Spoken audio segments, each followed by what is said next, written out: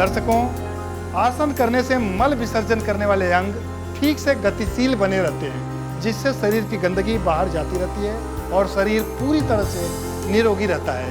कब्ज, डायबिटीज, फेफड़ों की तकलीफ, लीवर की तकलीफ, किडनी की तकलीफ जैसी बीमारियां आसनों से ठीक हो सकती हैं। तो आइए आज देखते हैं ताड़ासन का एक वेरिएशन, कोणासन और उत्कटासन।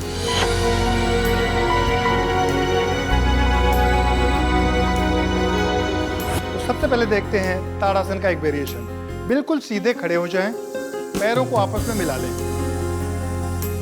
शरीर सीधा रखें, अपर आर्म को थाइस के पास रखें इस तरह से।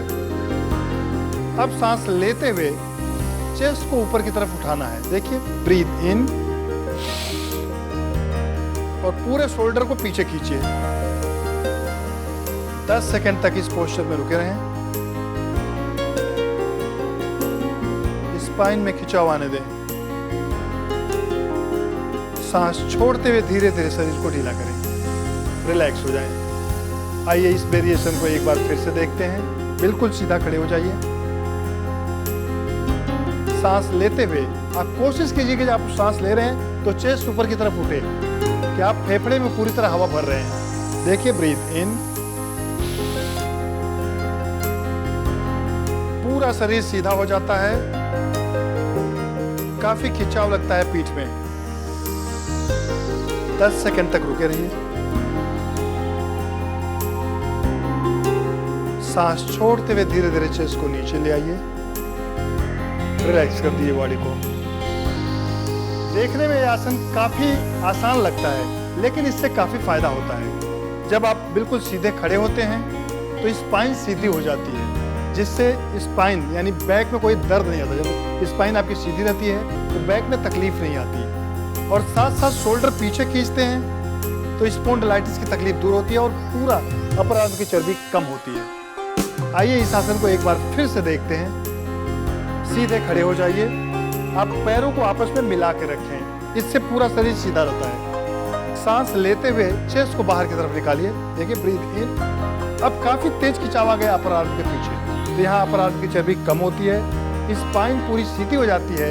अगर आपको बैक में दर्द हो वो दर्द दूर हो जाता है। धीरे धीरे रिलैक्स, ढीला करिए बॉडी को। तो आप कम से कम 4 से 5 बार इस आसन को रोज करें तो निरोगी रह सकते हैं। अब देखते हैं आज का दूसरा आसन। इसका नाम है उत्कटासन।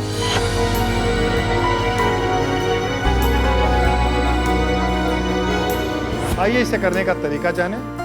पैरों में पहले थोड़ा गैप करके खड़ा रखें, यानी आधा फीट की दूरी है पैरों के बीच में। जब आसन को करते हैं तो पैरों को आपस में मिला लेते हैं, लेग को ज्वाइंट कीजिए, टोज मिले हों, एड़ी मिली हो, शरीर बिल्कुल सीधा तना हुआ हो।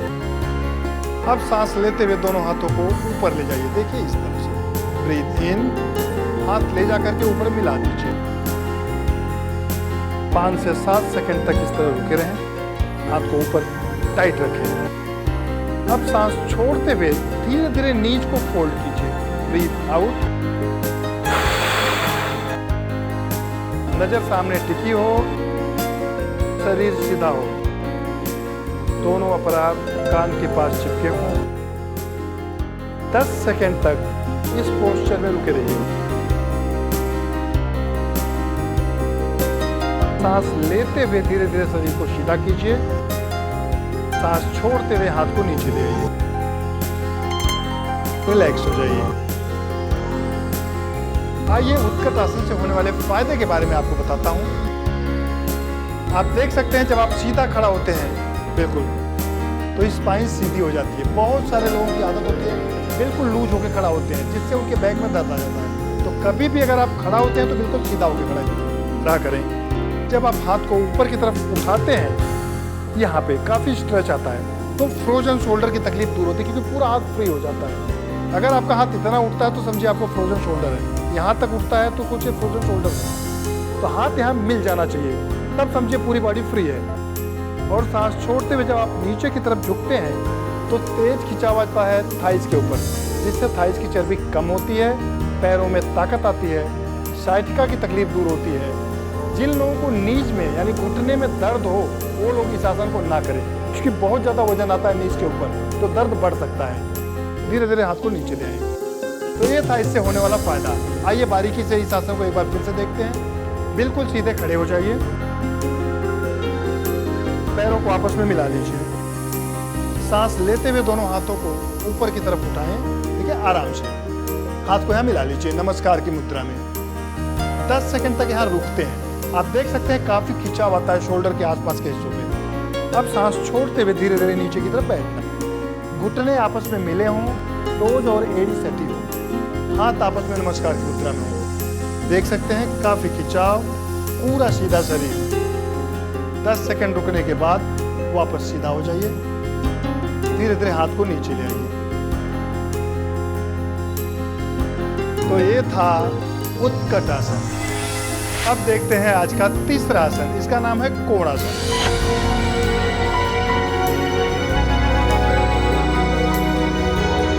सीधे खड़े हो जाइए, पैरों में लगभग 2 फीट की दूरी बनाइए इस तरह से।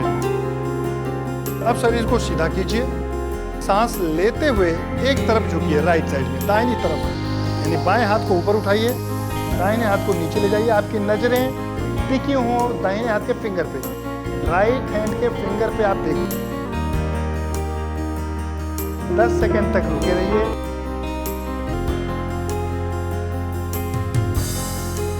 सांस छोड़ते हुए धीरे धीरे वापस सीधा खड़े हो जाइए। हाथ को नीचे ले आइए, थोड़ा सा यहाँ पे रेस्ट लें। आसन को थोड़ा रुक रुक के 4 सेकंड 5 सेकंड का रेस्ट लेके फिर दूसरे पोस्चर में जाते हैं। सांस लेते हुए बाईं तरफ झुकिए, ब्रीथ इन। आपकी नजर टिकी हो बाएं हाथ के फिंगर पे। पूरे स्ट्रेच को, खिंचाव को आप वेस्ट पे महसूस करें। 10 सेकंड तक रुके रहें। ध्यान रखें शरीर को आगे की तरफ नहीं झुकाना है, पीछे की तरफ नहीं झुकाना है, बिल्कुल बीच में आना है। सांस छोड़ते हुए वापस सीधा हो जाइए, पैरों को आपस में मिला लीजिए। तो ये था कोणासन। आइए इस आसन को बारीकी से एक बार फिर से देखते हैं। कोणासन को बिल्कुल सीधे खड़ा रहें, पैरों में दूरी बनाए 2 फीट की। सांस लेते हुए एक तरफ झुकिए, आराम से धीरे धीरे हाथ को देखिए इस पोस्चर में रखते हैं ऐसे, और नीचे की तरफ देखते हैं। आप देख सकते हैं काफी खिंचाव है वेस्ट के ऊपर, गर्दन भी घूमी होती है नीचे की तरफ। 10 सेकंड रुकने के बाद वापस सीधा हो जाइए। ठीक इसी प्रकार दूसरी तरफ इन, धीरे धीरे खींचिए। आप अपने हिसाब से जहां तक आप स्ट्रेच बर्दाश्त कर सकते हैं वहां तक शरीर को झुकाइए, कोई जबरदस्ती नहीं कि आप नीचे तक ही जाए। 10 सेकंड तक रुके रहें, वापस हाथ नीचे, पैरों को आपस में मिला लीजिए। तो ये था कोणासन।